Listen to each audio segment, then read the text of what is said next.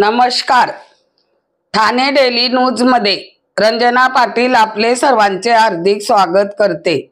आपल्या शहरातील दररोजच्या ताज्या घडामोडी पाहण्यासाठी आताच आमच्या चॅनलला सबस्क्राइब लाईक जरूर करा, सर्वात पहिले आपल्या मोबाईलवर।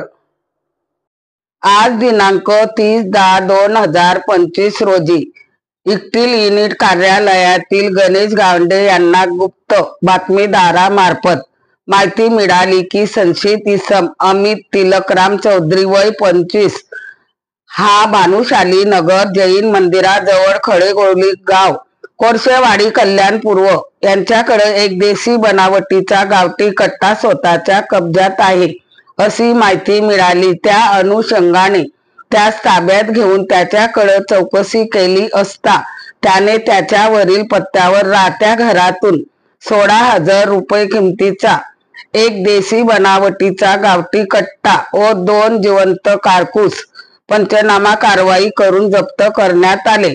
कारवाई पथक गणेश गावडे, राजेश थोरवे, चंद्रकांत सावंत, रितेश वंजारी, सुरेश जाधव व योगेश आव्हाड, वरिष्ठ पोलीस निरीक्षक गुन्हे शाखा घटक उल्हासनगर 4।